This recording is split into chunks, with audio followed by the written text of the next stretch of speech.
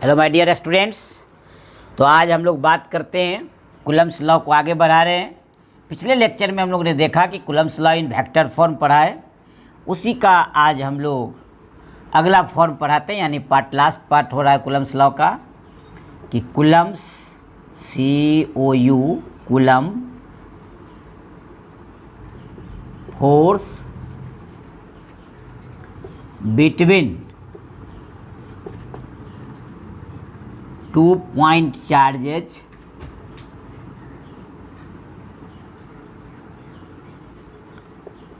in terms of position vector. In terms of position vector.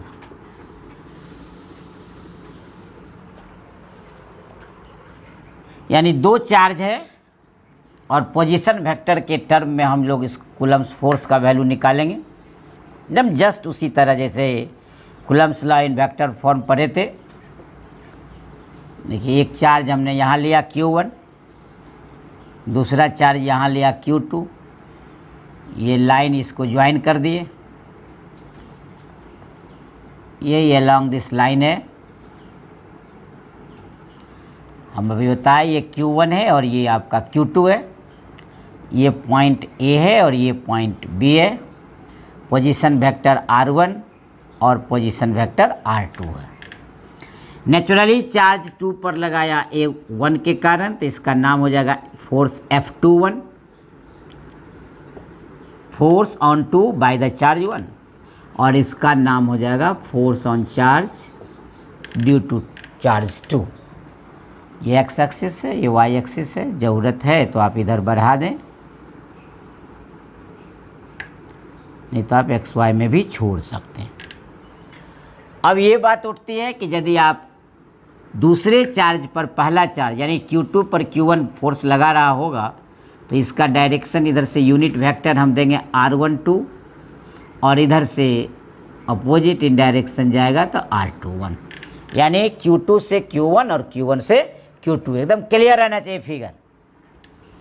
अब देखिए, figure सामने आपको देता हूं मैं, अब इस क्लियर कर देते हैं। Consider 2 point charges Q1 and Q2 are placed at its position vector R1 and R2 as shown in the figure clearly. अब हम लोग बात करते हैं किस चीज का,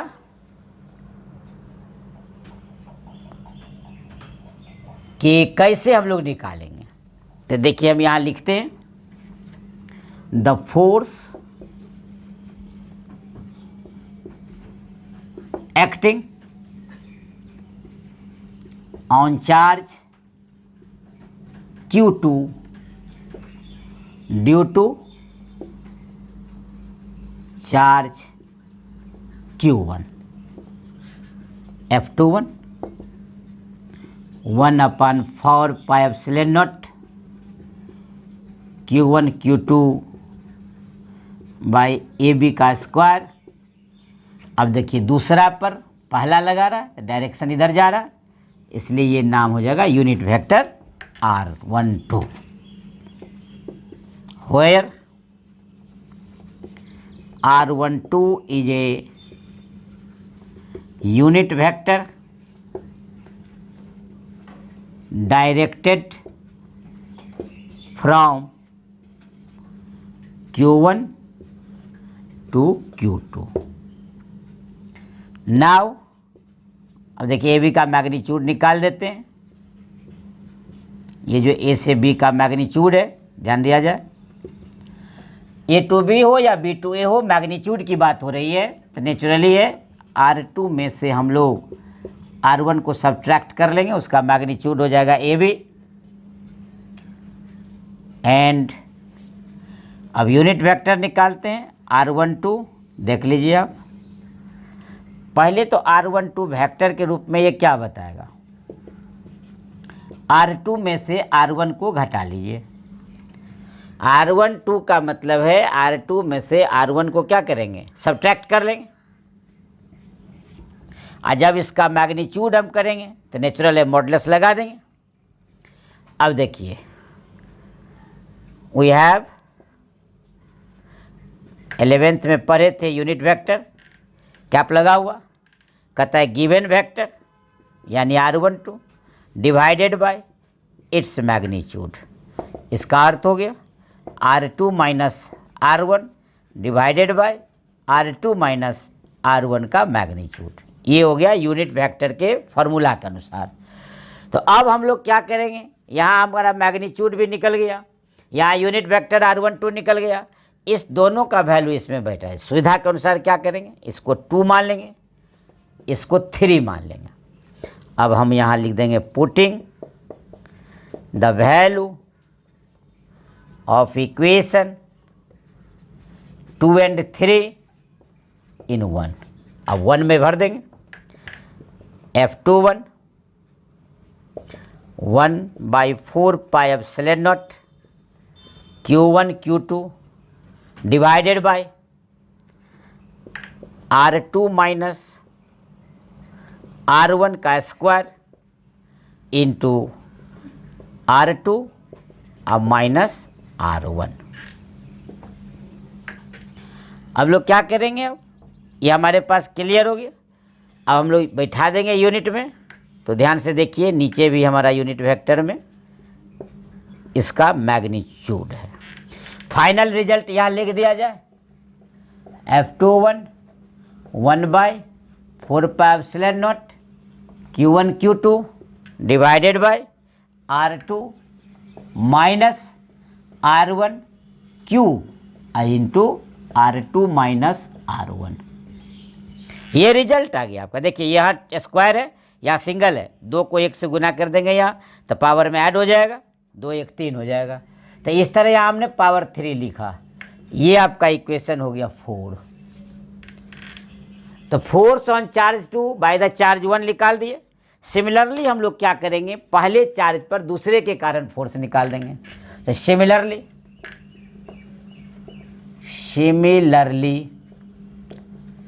the force acting on charge Q1 due to charge Q2 F12 1/4 pi epsilon naught Q1 Q2, ध्यान से देखा जाए तो R1 minus R2 whole cube और multiplied by R1 minus R2। Equation number 5 हो गया। तो इस तरह दोनों रिजल्ट आपके सामने है, देख लीजिए। ये आपके पास दिख रहा होगा, force on 2 by the charge 1, force on 1 bye the charge 2, दोनों का वैल्यू आपको सेम आएगा, मैग्नीट्यूड, नेचर अपोजिट आएगा। फिगर में भी क्लियर है, इसका इधर डायरेक्शन दिखा रहा है, इसका इधर डायरेक्शन दिखा रहा है, अपोजिट इन डायरेक्शन है। यदि वैल्यू सेम हो जाए और अपोजिट इन डायरेक्शन होगा तो they will cancel two each other.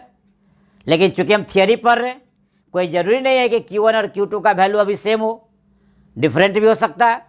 इसलिए जनरलाइज फार्मूला हमारा निकल गया, force on charge 2 by the charge 1, force on charge 1 bye the charge 2। इस तरह हम लोग 2 पॉइंट चार्ज के बीच कूलम्ब्स फोर्स निकालेंगे जब वह पोजीशन वेक्टर में रहेगा तब।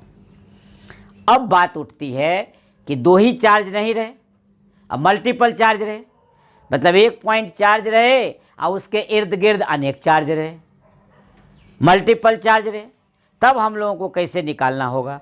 तो उसके लिए थोड़ा सा हम लोग सिमिलर वे में, एक अभी 2 चार्ज था तो एक के दूसरे के रिस्पेक्ट में, दूसरे के पहले के रिस्पेक्ट में निकाल दिए।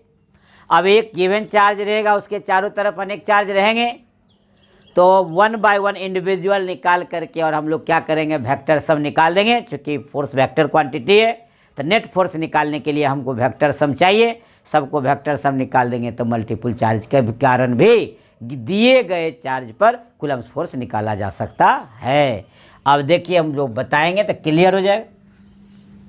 ये आपको जानकारी हो गई होगी, कलम कॉपी साथ में रखना ही है, क्योंकि साथ साथ सवाल भी बनाते हैं आप, तो ये भी ज़रूरी है। थियरी भी नोट करना है, फार्मूला भी नोट करना है, साथ चल काम करते चलें, धैर्य संयम से काम लें, एकदम आराम से, कोई हड़बड़ाहट नहीं, काम करते चलें। अब देखिए हम लोग मल्टीपल चार्ज में कूलम्ब्स फोर्स निकालते हैं। Coulomb's force among multiple charges.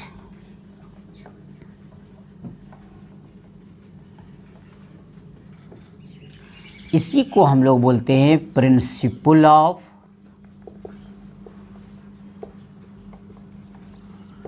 Superposition of charges. Important है ये, न्यूमेरिकल बनाने में काफ़ी काम आता है इसका। 2 मार्क्स का क्वेश्चन भी पूछता है, उसमें तो काम आता ही है, और ये न्यूमेरिकल अप्रोच में भी काफ़ी मदद पहुंचाती है। देखिए स्टार हमने जोड़ दिया, जैसे ये स्टार आया समझ जाना है कि अंडरस्टूड है ये, कि इम्पोर्टेंट है। अब देखिए एक फिगर बनाते हैं, क्या ये कहता है पहले समझा जाए। ये गिवन चार्ज है Q नोट। अब देखिए यहाँ हमने लिया Q1, यहाँ हमने लिया Q2 और यहाँ हमने लिया Q3, और ये Q नोट है, और यहाँ हम दे रहे हैं Qn। इसका ये मतलब हुआ नंबर ऑफ चार्जेज। ये x है, ये y है और z एक्सेस दिखा दिए, ये ओरिजिन है।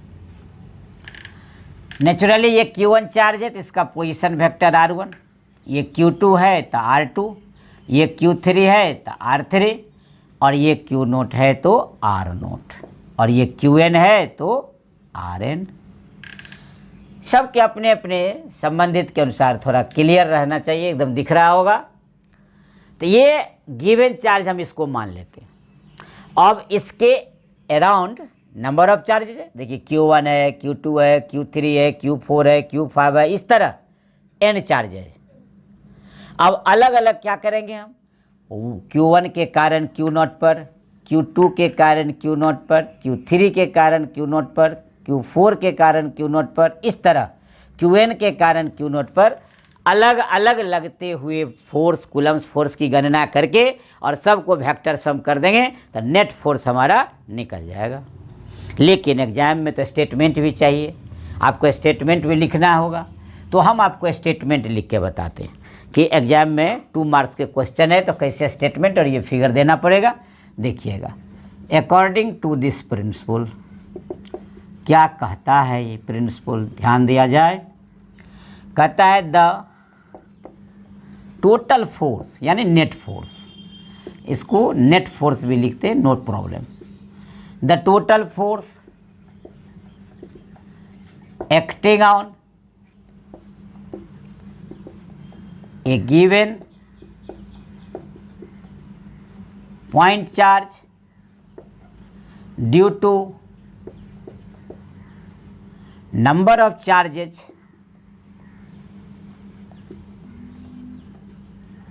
around it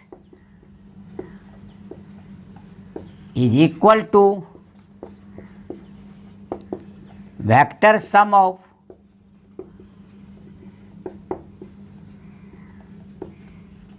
individual force acting on the given charge due to all those charges, due to all those charges। Clear हो गया। देखिए, तो हम लोग इस तरह स्टेटमेंट दिया, फिर मैं एक बार दोबारा रिपीट कर देता हूँ। द टोटल फोर्स यानी net force acting on a given point charge due to number of charges, number of charges मतलब बहुत सारा charge, around it is equal to vector sum of individual force acting on the given charge due to all दो charges. यही है number of, number one है बहुत संख्या, इर्द गिर्द, सराउंडिंग, अगल बगल। तो अब हम लोग को निकाल देना है। मान लिया consider Q1, Q2, Q3 dot dot Qn with the charges around the given charge Q naught whose position vector are R1, R2, R3, Rn respectively। अब यदि हमको नेट फोर्स निकालना होगा तो हम क्या करेंगे, इसको हम लिख सकते हैं mathematically, that is net force F is equal to, देखिए F नोट 1, F02, F03, ये एरो है, एरो, और ये N। यही आपको निकालना है न्यूमेरिकल अप्रोच में भी। यदि कई चार्जों के साथ आपको नेट फोर्स निकालना हो तो इंडिविजुअल फोर्स निकालकर और वेक्टर के नियम का पालन कराते हुए हम लोग निकालेंगे नेट फोर्स। तो ये आपका है। अब देखिए इसमें कैसे निकालेंगे, तो देखिए हियर हम लोग क्या करेंगे, इस दिए गए पॉइंट चार्ज पर Q1 कितना फोर्स लगा रहा, इसको निकालते हैं। तो देखिए हम इसको साफ कर दें तो ज़्यादा अच्छा रहेगा, तब आपको क्लियर विजिबल हो जाएगा, कोई लेपा पोती नहीं।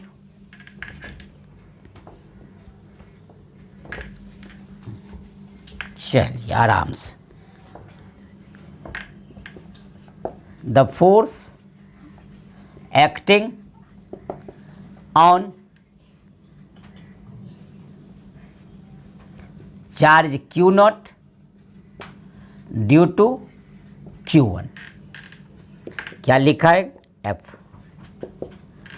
देखिए पहला हम लोग निकाल रहे हैं 1/4πε0 Q0 Q1 डिवाइडेड बाय आपके सामने होल Q मल्टीप्लाइड बाय, ये आपका हो गया इक्वेशन नंबर, इसको 2 कर देंगे, और ये जो निकाले इसको इक्वेशन नंबर 1 कर देंगे। इस तरह आपने देखा कि गिवन चार्ज Q0 पर Q1 कितना बड़ा फोर्स लगाया, 1/4πε0 Q1 Q2/RQ इंटू वेक्टर के फॉर्म में R0 - R1। ये अभी अभी आप पोजीशन वेक्टर का निकाले, आप वहाँ से डायरेक्टली फार्मूला को लाया गया है, इसलिए सीक्वेंस में पढ़ाया जाती है ताकि आपको समझ में आ जाए क्लियर। सिमिलरली देखिए, सिमिलरली अब यदि हम F02 लिखें तो 1/4πε0 बाई इसका क्यूब, और इसमें से इसको घटा लेंगे तो ये इसका हो गया इक्वेशन नंबर 3, एंड फिर F03 निकालेंगे, एकदम सिमिलर जाएगा, कहीं नया चीज़ नहीं।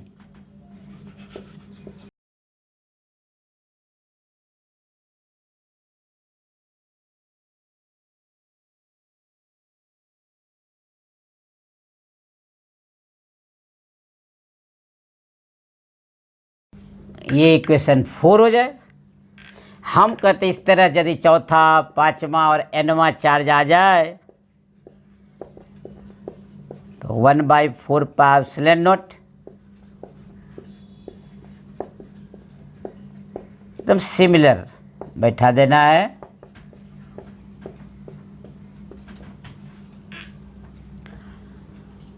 इस तरह हम लोग 2, 3, 4, 5 इक्वेशन लाए। अब देखिए 2, 3, 4, 5 का वैल्यू 1 में जाके पुट कर देंगे तो मेरा रिजल्टेंट और नेट फोर्स क्या होगा, फाइंड हो जाएगा।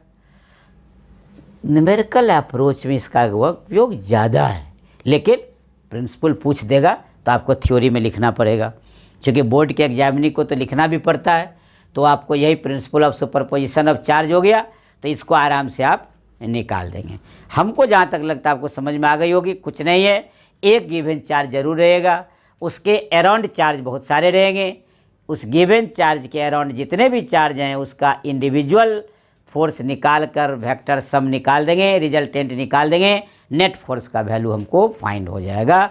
इस तरह प्रिंसिपल ऑफ चार्ज समझ में आ गया होगा।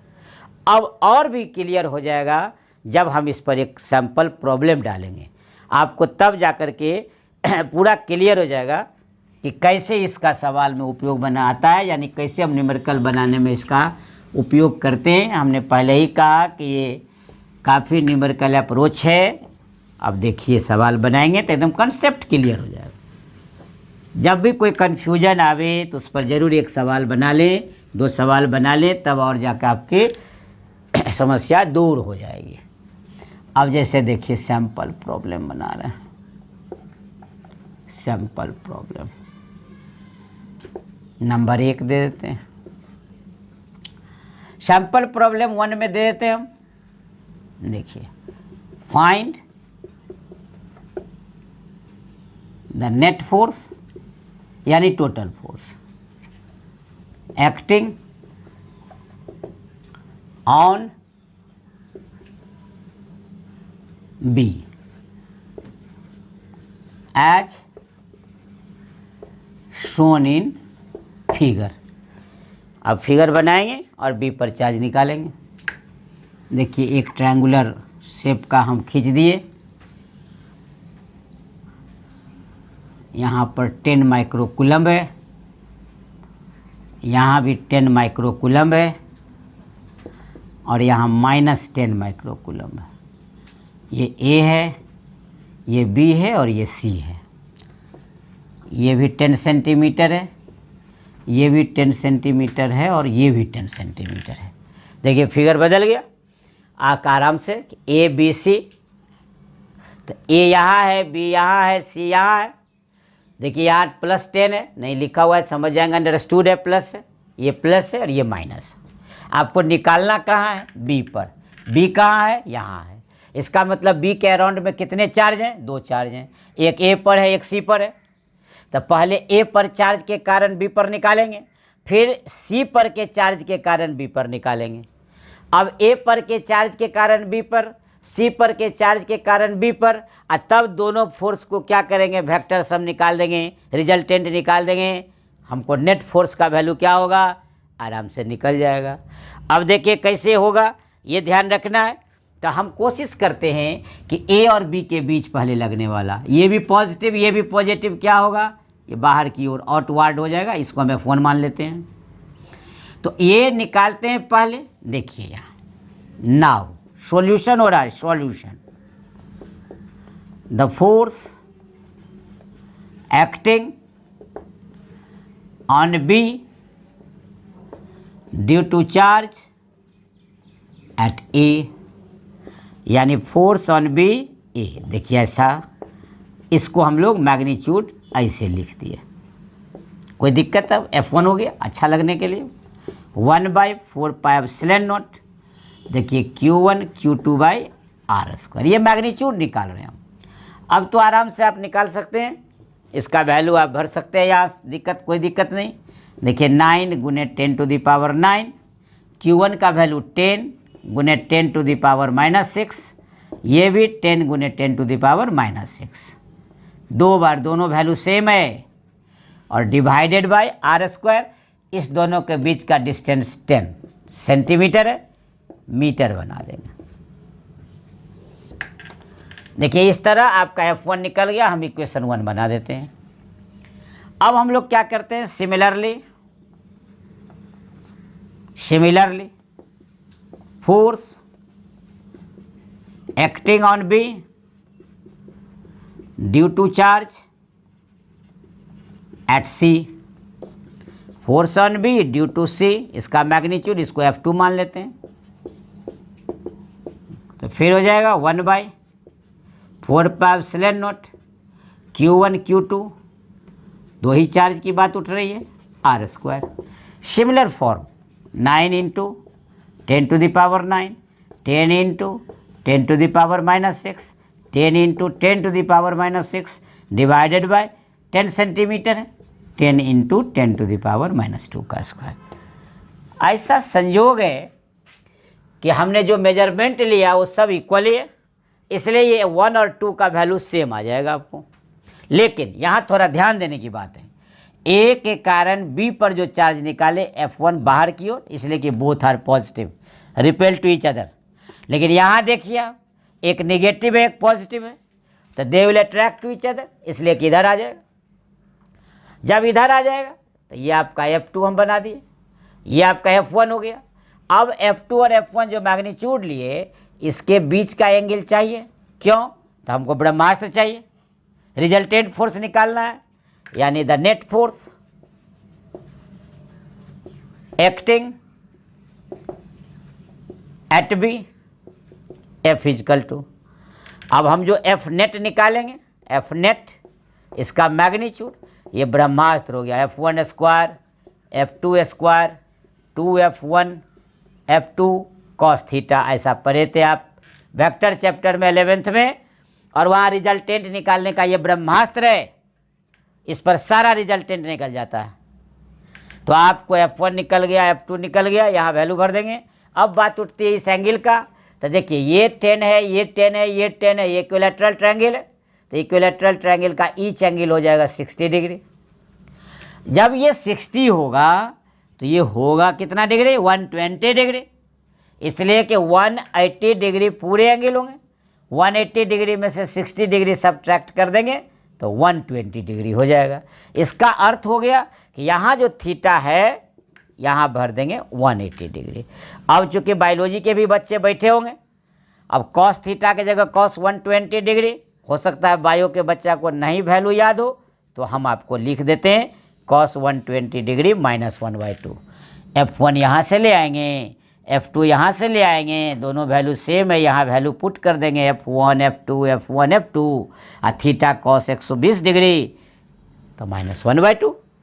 सारे फार्मूले के अनुसार इसमें वैल्यू पुट कर देंगे, जो रिजल्ट आएगा उतना न्यूटन होगा। क्या होगा, न्यूटन, इसलिए कि फोर्स है और फोर्स का यूनिट पहले से जानते हैं आप, ऐसा यूनिट में लिखते हैं न्यूटन, इसलिए ज़रूर रिजल्ट न्यूटन में लिखेंगे आप, इसलिए कि सारे को कन्वर्ट कर दिए ऐसा सिस्टम में आप। तो इस तरह आपका एक सवाल बन गया, समझ में भी आ गया होगा। हल्का सा यहाँ एक छोटी सी बात को समझा देना मैं उचित समझता हूँ, उसको भी ध्यान से सुनेंगे आप, आराम से, पढ़ाई में कभी हड़बड़ाहट नहीं, एकदम आराम से। अब देखिए यहाँ यदि फिगर देख रहे होंगे आप, हम इस फिगर को हल्का सा चेंज करते हैं एकदम आपके लिए। इसका जवाब हो गया, ये अलग क्वेश्चन बन रहा है, समय रहते आपको मैं बता रहा हूँ। अब जैसे यहाँ देखिए +10 माइक्रोकूलम, +10 माइक्रोकूलम, ये भी +10 माइक्रोकूलम, ये 20 सेंटीमीटर, ये 20 सेंटीमीटर, ये 20 सेंटीमीटर। फिर इक्विलैटरल ट्रायंगल, ये हमने केवल सेंटीमीटर को बदल दिया और ये साइन माइनस को प्लस कर दिया। अब मान लीजिए हम कहते हैं इस पर कितना बनेगा, कितना फोर्स लगेगा। मान लेते हैं ये ए ही है, ये बी है और ये सी है। अब जब इस पॉइंट पर हम बोले तो क्या करेंगे, इस पॉइंट पर इसके कारण, इस पॉइंट पर इसके कारण, मतलब ये क्लियर हो गया होगा। Force on A due to charge B, इसका magnitude, force on A due to charge C, इसके कारण। ठीक है, आप इसके कारण निकाले, लेकिन दोनों पॉजिटिव है, दोनों रिपेल करेगा। जब रिपेल करेगा तो ये बाहर चला जाएगा, और ये भी पॉजिटिव है, ये रिपेल करेगा तो ये बाहर चला जाएगा। अब ये और ये जब बाहर चला जाएगा तो एक फोर्स ये मान लीजिए F2 हो गया, ये फोर्स F1 हो गया, मान लीजिए इसको हम F1 मैग्नीट्यूड और F2 मान लें। तब F1 और F2 के बीच ये एंगल कितना बड़ा बनेगा, वही एंगल यहाँ पुट होगा। यानी हमेशा ध्यान रखना है, जो दो फोर्स आए उसके बीच का एंगल लेना है। तो बीच का एंगल देखिए, ये स्ट्रेट लाइन एक दूसरे को काटेगी, ये एंगल तो पहले से पता है 60 डिग्री, इक्विलैटरल ट्रायंगल, तो ये एंगल भी कितना हो जाएगा 60 डिग्री, इसलिए यहाँ थीटा की जगह भर देंगे 60 डिग्री। बाकी एट बाकी जो पहले सवाल बना है उसी तरह इस सवाल को बनाना है। तो ये समझ में आ गया होगा, क्लियर। अब हम लोग सैम्पल प्रॉब्लम 2 एक और बनाते हैं, तब और ज़्यादा हम लोग का कंसेप्ट क्लियर होगा। अभी आपने देखा था मल्टीपल चार्ज पर एक बनाया था हमने ट्रायंगुलर शेप में। अब देखिए उस पर 2 सवाल हम बनाए थे, एक बना दिए थे, एक समझा दिया आपको, आप आराम से उसको ही बना लेंगे। अब आप यहाँ देखिए लिखा हुआ है सैम्पल प्रॉब्लम 2 में 4 point charges are lying on x axis as shown in figure, find the net force acting on charge Q2। गौर से देखिए आप। अब यहाँ देखिए Q1 है, Q2 है, Q3 है, Q4 है। अब Q1 से Q2 का दूरी कितना है 2 cm, Q2 से Q3 की दूरी कितनी है 2 cm, Q3 से Q4 की दूरी कितनी है 4 cm। ये आपको चार्ज दिया हुआ है, हमको नेट फोर्स यहाँ निकालना है, ध्यान दीजिए। अब बात उठता है Q1 का, यदि हम यहाँ वैल्यू दे दें 2 माइक्रोकूलम, यहाँ भी वैल्यू दे दें 2 माइक्रोकूलम, यहाँ भी वैल्यू दे दें 2 माइक्रोकूलम, और यहाँ भी वैल्यू दे दें हम 2 माइक्रोकूलम। अब तो चार्ज सारा ईच इक्वल कर दिए। अब डिस्टेंस आपके सामने लिखा हुआ, हमको निकालना कहाँ है Q2 पर। क्या समझाए थे अभी हम principle of superposition of charges, कि जहाँ निकालना है उसको हम लोग एकदम रेफरेंस मान लेंगे। अब देखिए Q2 के एक इधर है और Q2 के एक इधर है, Q2 के एक इधर है।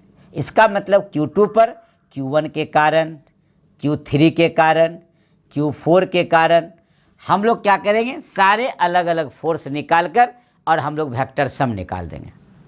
अब यहाँ बात आपको आसान मैं कर देता हूँ, चूँकि आप एग्जामिनेशन हॉल में हैं, कम्पिटेटिव एग्जाम में बैठे हुए हैं, समय कम है, क्वेश्चन ज़्यादा है, एक्यूरेसी रेट ज़्यादा लाना है, वैसे स्थिति में आप ध्यान दीजिए कि ये आपका Q2 चार्ज पर है। अब देखिए Q1 के कारण ये भी पॉजिटिव, ये भी पॉजिटिव। हम बार बार बोलते हैं साइन दिया हुआ नहीं रहे, समझ जाइए प्लस है, ये प्लस है। अब देखिए Q2 पर Q1 के कारण जो निकलेगा वो आउटवर्ड इधर होगा। अब Q3 के कारण जो Q2 पर होगा ये भी प्लस, ये भी प्लस, इसका आउटवर्ड इधर बाहर होगा। अब ये और ये दोनों फोर्स इक्वल इन मैग्नीट्यूड हुआ, इसलिए कि यहाँ से यहाँ तक का डिस्टेंस भी सेम, यहाँ से यहाँ तक का डिस्टेंस भी सेम, ये भी चार्ज का वैल्यू उतना ही, ये भी चार्ज का वैल्यू इतना ही। नहीं रहेगा सेम तब अलग अलग निकालेंगे, और सेम रहेगा तो निकालने की ज़रूरत नहीं है। तो सीधा सीधी हम लोग क्या बोल देंगे कि the forces acting at Q2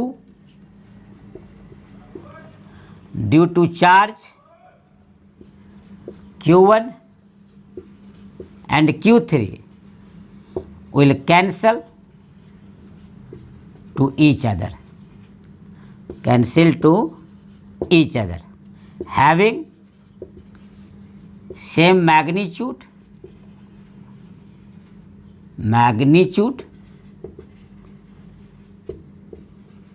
but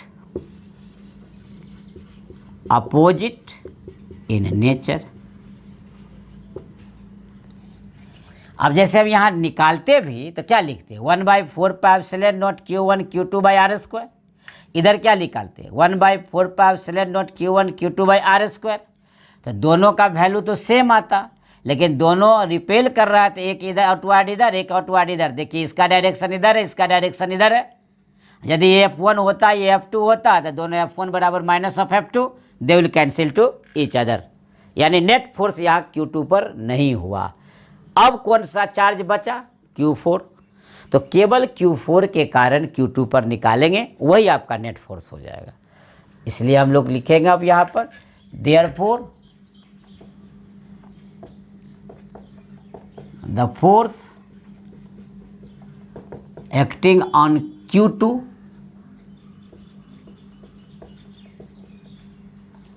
due to charge Q4।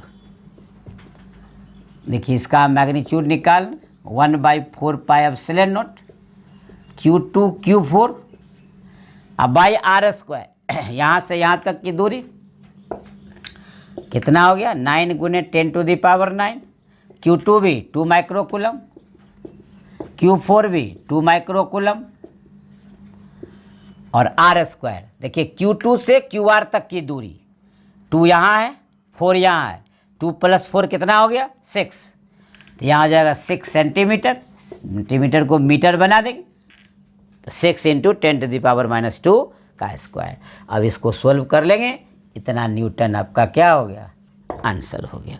इस तरह हम लोग कूलम्स लॉ को मल्टीपल चार्ज के साथ कैसे उपयोग में लाया जाए, इसके बारे में हम लोग पढ़े। इस तरह हम लोग फिर प्रैक्टिस करेंगे तो ज़्यादा से ज़्यादा और कंसेप्ट आपका क्लियर हो जाएगा, कॉन्फिडेंस बढ़ेगा।